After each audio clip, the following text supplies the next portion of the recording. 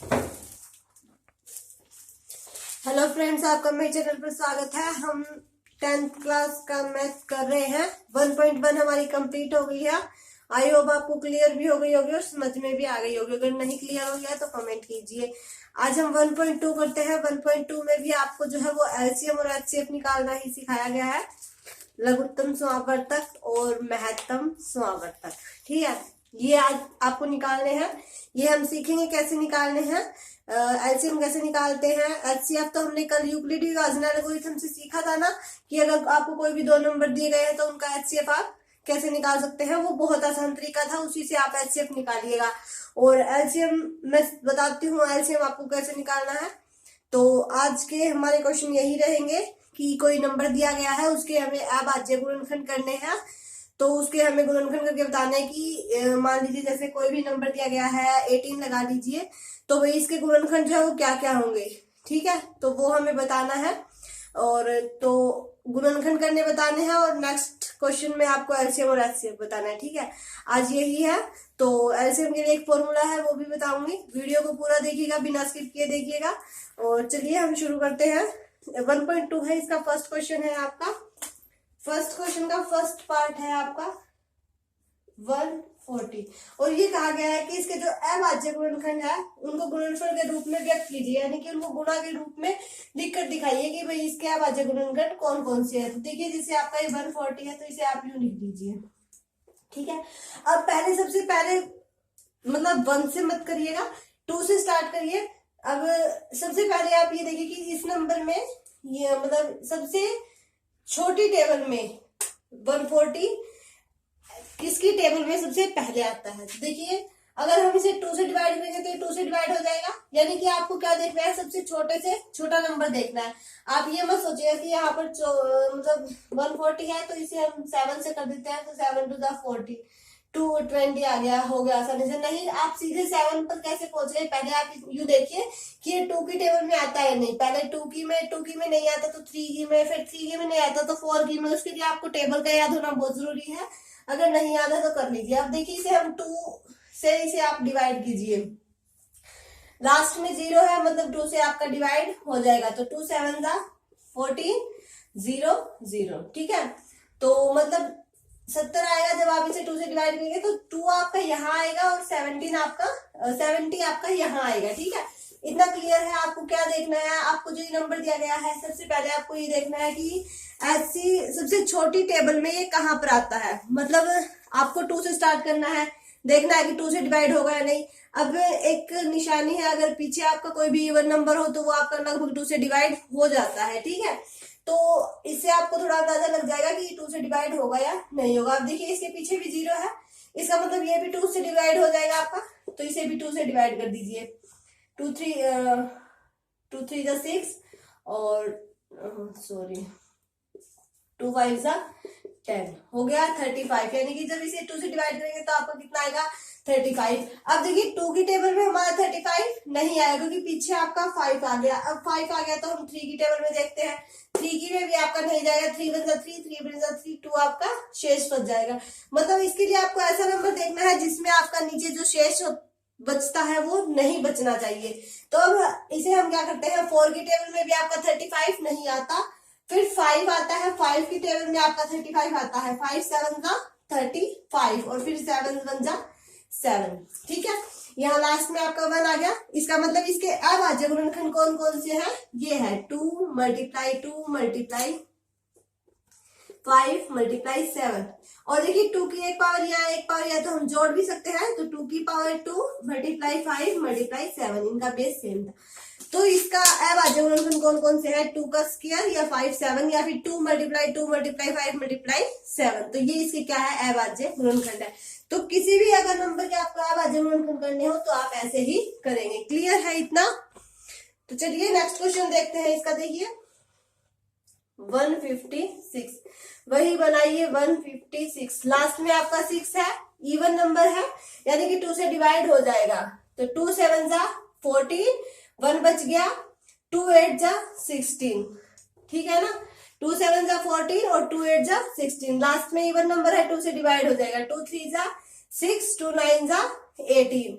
फिर देखिए यहाँ पर लास्ट में 9 आ गया, ओड नंबर आ गया, मतलब 2 से डिवाइड नहीं होगा। अब 2 से नहीं होता तो 3 से देखिए, 3 1 जा 3 और 3 3 जा 9, यानी कि 3 से डिवाइड हो जाएगा, 3 1 जा 3, 3 3 जा 9। अब 13 आ गया।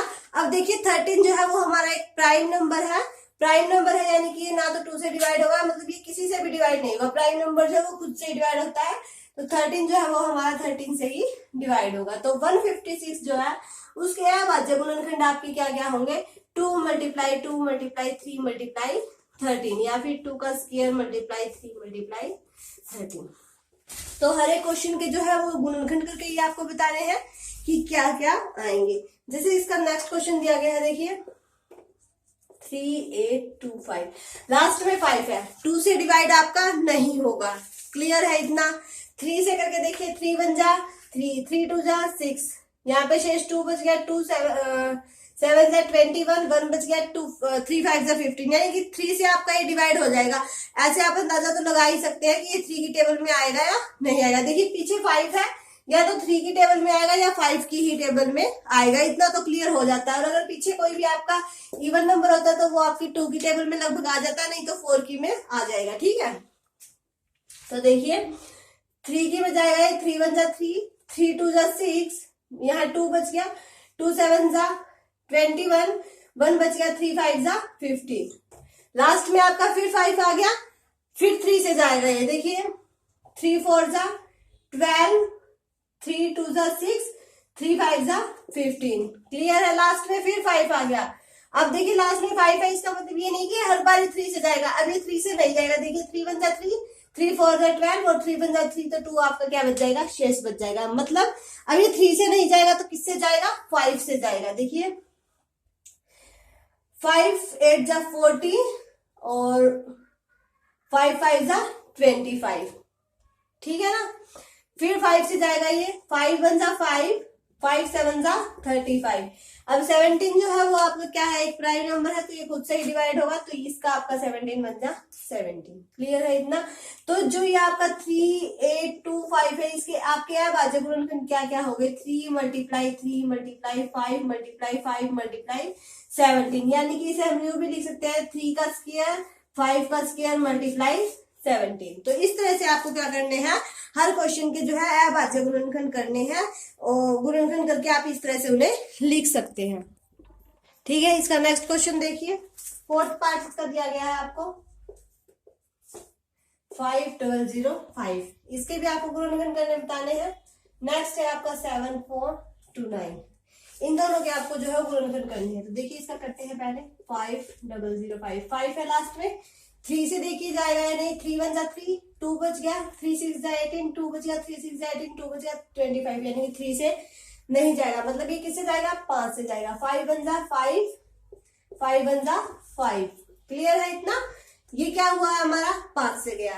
नेक्स्ट अब ये किससे जाएगा, देखिए 3 3 जा 9, 1 है, तो देखिए 3 से देखिए पहले 3 3 जा 9, 1 बच गया, 3 3 जा 9, 1 बच गया, नहीं जाएगा। फिर 5 से देखिए 5 2 जा 10, 5 से भी नहीं जाएगा अब ये। 7 से देखिए, मतलब आपको जो है वो आगे के देखते जाना है कि अब ये आपका नेक्स्ट किस पर जाएगा। तो देखिए अब 5 से नहीं जाना तो 7 से देखते हैं, पीछे 1 है तो मतलब आप ओड नंबर से ही देखिए, इवन से तो ये नहीं जाएगा। तो 7 से देखते हैं, 7 1 जा 7, 7 4 जा 28, 7 से चला जाएगा, देखिए 7 1 जा 7, 7 4 जा 28 और 7 3 जा 21, ठीक है, क्लियर है इतना। अब देखिए लास्ट में 3 आ गया, तो पहले 3 से ही देख लेते हैं इसे, 2 से तो ये नहीं जाएगा, 3 से देख लेते हैं, 3 4 जा 12 और 3 7 जा 21, 3 से भी नहीं जाएगा, 4 से भी नहीं जाएगा, 5 से देखते हैं, 5 2 जा 10 और 5 से भी नहीं जाएगा, 6 पे भी नहीं जाएगा, 7 पे भी नहीं जाएगा, 8 पे भी नहीं जाएगा और 8 से देखते हैं, 8 1 जा 8 से भी नहीं जाएगा, 9 से भी नहीं जाएगा, 10 से भी नहीं जाएगा, 11 से देखते हैं, 11 1 जा 11, 3 बच गया, 11 3 जा 13, तो 13 आपका एक प्राइम नंबर आ गया है, तो 13 से ही जाएगा, ठीक है। तो इसके अभाज्य गुणनखंड आपके ये बन गए। तो इस तरह से आपको जो है टेबल तो पक्का ही आनी चाहिए, तभी आप जो है वो इनके अभाज्य गुणनखंड कर सकते हैं, नहीं तो नहीं कर पाएंगे। 7429 है, लास्ट में 9 है, 2 से नहीं जाएगा। 3 से देखिए, 3 2 जा 6, 3 2 जा 6, 3 4 जा 12, 193 से भी नहीं जाएगा, 4 से भी नहीं जाएगा, 5 से भी नहीं जाएगा। तो देखिए ये 10 से भी नहीं जाएगा, 11 से भी। कई बार ऐसी सिचुएशन पड़ जाती है, पता नहीं किससे जाएगा। तो देखिए इसे आप 15 से भी नहीं जाएगा, 17 से देखिए, 17 दूनी 34, 17 तिया 51, 17 चौके 68, ठीक है, 68 बच गया 3, 17 तिया 51 और फिर बच गया यहाँ पर 4, 7 7 49, 7 से आप 17 से आपका ये चला गया, डिवाइड करके देख लीजिएगा, 17 से हो जाएगा, ठीक है। अब 4 3 7 है, ये देखिए किससे जाएगा, 2 से नहीं जाएगा, 3 से भी नहीं जाएगा, 4 से भी नहीं जाएगा, 5 से भी नहीं जाएगा, 6 से भी नहीं जाएगा। इसे देखिए 19 2 38 और 19 3 7, ठीक है, क्लियर है इतना। फिर 23 आपका एक प्राइम नंबर है, 23 से जाएगा, तो इसके अभाज्य गुणनखंड आपके क्या हो गए, 17 19 और 23। अब इससे एक बात ये भी क्लियर हो जाती है कि जरूरी नहीं है आपको छोटे छोटे नंबर से जो है वो डिवाइड हो जाए, कई बार आपको इतना लंबा भी चलना पड़ सकता है भाई। हो सकता है ये तो 17 से डिवाइड हो गया, 17 से भी ना हो, फिर उससे भी आगे आपको जाना पड़े, तो इस तरह की सिचुएशन भी आपकी बन सकती है, ठीक है। तो इस तरह से आपको जो है वो अभाज्य गुणनखंड करने हैं। फिर नेक्स्ट क्वेश्चन आपका दिया गया है कि कोई भी एचसीएफ और एलसीएम में बताना है कि दो संख्याओं का गुणनफल और उनका एचसीएफ गुणा एलसीएम इक्वल होता है, ठीक है। ये हमें जो प्रूव करना है, यानी कि एचसीएफ और एलसीएम आपको निकालना आना चाहिए। तो देखिए जैसे कि आपका सेकंड क्वेश्चन का फर्स्ट पार्ट है 26 एंड 91, ये पार्ट है आपका फर्स्ट। तो पहले हम जो है इसका एचसीएफ निकालते हैं। एचसीएफ आपको पता है कैसे निकालना है, जो बड़ी रकम है वो आगे, जो छोटी रकम है वो यहाँ। आप देखिए इसे किसके साथ मल्टीप्लाई करें कि 91 के करीब चला जाए, ठीक है। 26 है, 3 से करते हैं, 3 6 18 78, यही ठीक है, 78। तो इसकी मल्टीप्लाई हम करते हैं 3 के साथ, 78 कितना और बच गया हमारा, 13 और बच गया। फिर 26 है तो 13 2 26 प्लस 0, यानी कि इन दोनों का एचसीएफ आपका कितना आ गया, 13 आ गया, ठीक है। एचसीएफ तो आप ऐसे निकाल लेंगे। फिर नेक्स्ट आप एलसीएम कैसे निकालेंगे। एलसीएम निकालने के लिए आपको एक फॉर्मूला दिया गया है कि जो दोनों आपकी रकम दी गई है, पहले तो उनकी मल्टीप्लाई ऊपर और नीचे इन दोनों का एचसीएफ 26 का और 91 का, तो उससे आप निकाल सकते हैं। जैसे देखिए 26 मल्टीप्लाई 91 और इनका 13 दूनी 26, 2 1 2, 2 9 18, तो ये आपका इनका क्या आ गया, एलसीएम आ गया। तो इस तरह से आप क्या कर सकते हैं, एचसीएफ और एलसीएम जो है वो दोनों निकाल सकते हैं, ठीक है। इस तरह से आपको एचसीएफ और एलसीएम निकालना आना चाहिए। नेक्स्ट देखिए और देखते हैं एक क्वेश्चन, ये दिया गया है आपको एंड 92। तो पहले एचसीएफ निकालते हैं, तो बड़ी रकम यहाँ और छोटी यहाँ, ठीक है। तो 92 की हम 4 के साथ करते हैं, 4 2 8 368, 5 के साथ करते हैं, 5 2 10 460, 6 के साथ करते हैं 552, ये ज्यादा हो जाएगा तो 5 वाला लेते हैं, 460 प्लस कितना करना पड़ेगा 510 के लिए 50, क्या 50। तो अब 92 आपका यहाँ आ गया, 50 के अगर हम 2 के साथ कर देंगे तो हमारा 100 हो जाएगा, तो प्लस 1 और देखिए 92 बनाने के लिए कितना चाहिए 42, ठीक है। तो 50 आपका यहाँ आ गया, 42 मल्टीप्लाई 1 प्लस 8, अब 42 यहाँ आ गया, 8 5 40 प्लस 2, ठीक है।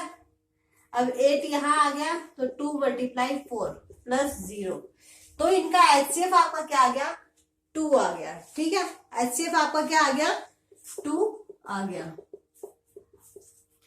क्लियर है इतना। एलसीएम निकालने के लिए वही ऊपर दोनों की मल्टीप्लाई 510 मल्टीप्लाई और नीचे इनका HCF। तो 2 से ये काट दीजिए, 2 2 जा 4, 2 5 जा 10, 2 5 जा 10। अब इनकी मल्टीप्लाई कर दीजिए, 2 5 5 9 2, 2 5 जा 10, 2 5 जा 10।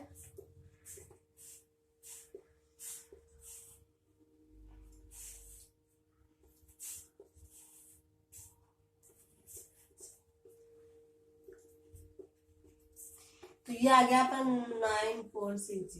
तो इनका एलसीएम आपका कितना आ गया, ये देखिए यहाँ मल्टीप्लाई में थोड़ी गड़बड़ हो गई, 9 दूनी 18, 19 20 21 22, तो ये 3। तो आपका आंसर आएगा 23,460। तो ये आपका आंसर रहेगा। ठीक है, तो इसी तरह से आपका जैसे देखिए इसका एक क्वेश्चन और दिया गया है, वो कर लेते हैं। आपको क्वेश्चन दिया गया है 336 और एक रकम आपकी 54। अब 54 के साथ देखिए कितने के साथ मल्टीप्लाई करें, 4 के साथ करके देखते हैं। 4 4 16, 5 4 20 और 21। 5 के साथ करते हैं 270, 6 के साथ करते हैं, ये ठीक है, 6 के साथ किया 324 और प्लस 12, तो 54 आ गया 12।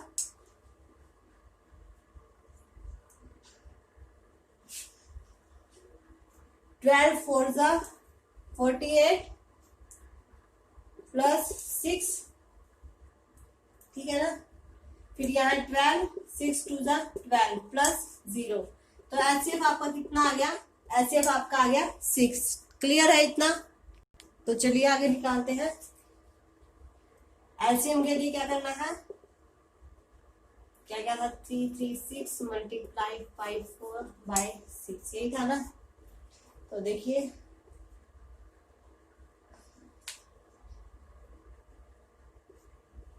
ठीक है, 336 की 9 के साथ मल्टीप्लाई करिए, 9 का 54, 27 और 5 32, 27 और 3 30। ठीक है, तो ये आपका एलसीएम आ गया इनका, ये इतना गया। ठीक है, तो इस तरह से आपको क्या करना है, एलसीएम और एचसीएफ दोनों निकालना है। पहले एचसीएफ निकाल लीजिए, फिर उस एक फॉर्मूला मैंने बताया था उसका यूज कीजिए। क्या फॉर्मूला है कि जो ऊपर आपको दोनों संख्याएं दी गई है उनकी मल्टीप्लाई और नीचे उन दोनों का एचसीएफ, इससे आप क्या कर सकते हैं, एलसीएम निकाल सकते हैं। तो ये बहुत आसान है। पहले आपको एचसीएफ जो यूक्लिड विभाजक एल्गोरिथम से निकालिए ताकि आसानी से आपका निकल जाए। आप ऐसे गुणनखंड करके भी एचसीएफ निकाल सकते हैं, उसमें भी कोई दिक्कत नहीं है, सेम ही आएगा आपका। ठीक है, मतलब जो दोनों संख्याओं में, जो दोनों में कॉमन, मतलब दोनों के आपको जो है वो ये ऐसे गुणनखंड निकालने पड़ेंगे और दोनों में जो कॉमन फैक्टर होगी वो आपका एचसीएफ होगा। तो इस तरह से आप इनका एचसीएफ भी निकाल सकते हैं। तो आपकी मर्जी है, आप या यूक्लिड विभाजन एल्गोरिथम से करेंगे तो ज्यादा आसानी रहेगी, बाकी आपकी मर्जी। वीडियो अच्छी लगे तो इसे लाइक कीजिए, शेयर कीजिए, और अगर आप मेरे चैनल पर नए हैं तो सब्सक्राइब करके बेल आइकन दबा दें ताकि आपको मेरे आने वाले वीडियो के नोटिफिकेशंस मिलते रहें।